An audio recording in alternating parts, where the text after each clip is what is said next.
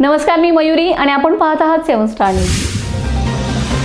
कडेगाव विधानसभा मतदारसंघातील विविध प्रलंबित विकास कामांना गती देण्यासाठी भाजपाचे पलूस कडेगाव विधानसभा प्रमुख, सांगली जिल्हा परिषदेचे माजी अध्यक्ष संग्राम संपतराव देशमुख यांनी मुंबई येथील मंत्रालयात वनमंत्री नामदार गणेशजी नाईक यांची भेट घेऊन सविस्तर निवेदन सादर केले.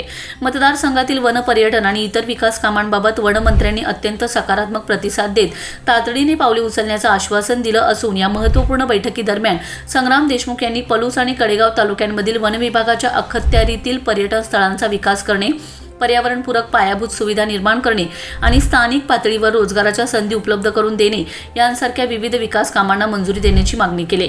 वनमंत्र्यांनी या मागण्यांचे गांभीर्य ओळखून सकारात्मक निर्णय घेण्याचे संकेत दिले असून यामुळे या भागातील वन पर्यटनाचा कायापालट होणार असल्याची माहिती संग्रामसिंह देशमुख यांनी दिली.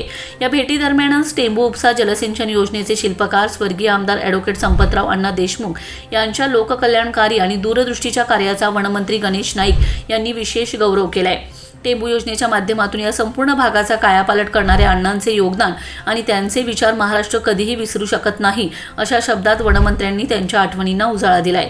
वडिलांच्या कार्यासंदर्भातील हा गौरवपूर्ण उल्लेख ऐकून संग्रामसिंह देशमुख यांनीही कृतज्ञता व्यक्त केली. संग्रामसिंह देशमुख यांच्या या महत्त्वपूर्ण पाठपुराव्यामुळे पलूस कडेगाव विधानसभा मतदारसंघातील वनपर्यटनाच्या आणि विकासाच्या कामांना आता नवी दिशा आणि गती मिळणार असल्याचं निश्चित झालंय. Bureau report 7 star news.